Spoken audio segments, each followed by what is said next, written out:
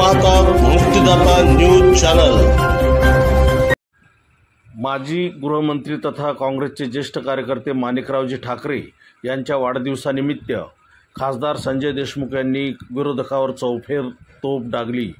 काल दिनांक 22/8/2024 रोजी दिग्रस येथे आयोजित माणिकरावजी ठाकरे यांच्या वाढदिवसानिमित्त आणि खासदार संजय देशमुख यांच्या सत्कारानिमित्त त्यांनी विरोधकावर चौफेर तोफ डागली। बघूया त्यातील काही क्षण। अरे आंतरिक आपल्याला विचारा की लाडकी बहीण म्हणत असताना विचार करा, कोणताही व्यक्ती असो, कोणताही राजकारणी असो, कोणत्याही पक्षाचा राजकारणी असो, त्याचं चारित्र्य चांगलं असतं।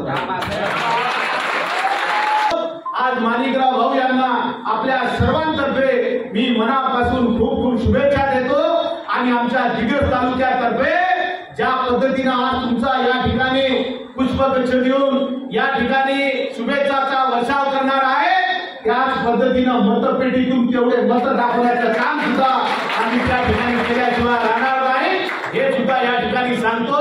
आणि योजना ठेकेदार लाडका ठेकेदार योजना आणि एवढेच काय, जगद्गुरु संत शिवलाल महाराजांचं मंदिराचं काम सुरू आहे।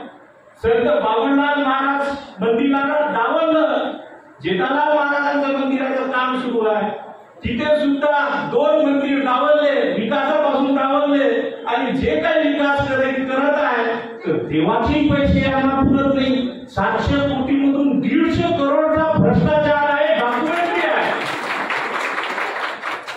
बंजारा समाजाची जागा महाराष्ट्र शासनाने मुंबईला दिलेली आहे, ती जागा सुद्धा 750 कोटीची यांनी हडप केलेली आहे।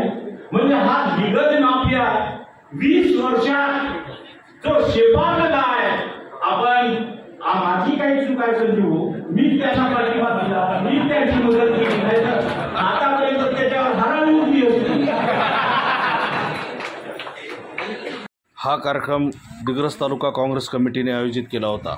या कार्यक्रमाला माननीय राहुल ठाकरे, ॲडव्होकेट सुधाकर जाधव, पौरादेवीचे महंत माननीय सुनील महाराज, भारत महेंद्र पाटील, भारत देशमुख इत्यादी मान्यवर प्रामुख्याने उपस्थित होते। मुक्तिदाता न्यूजसाठी मी गौतम तुपसुंदरे आणि संदेश।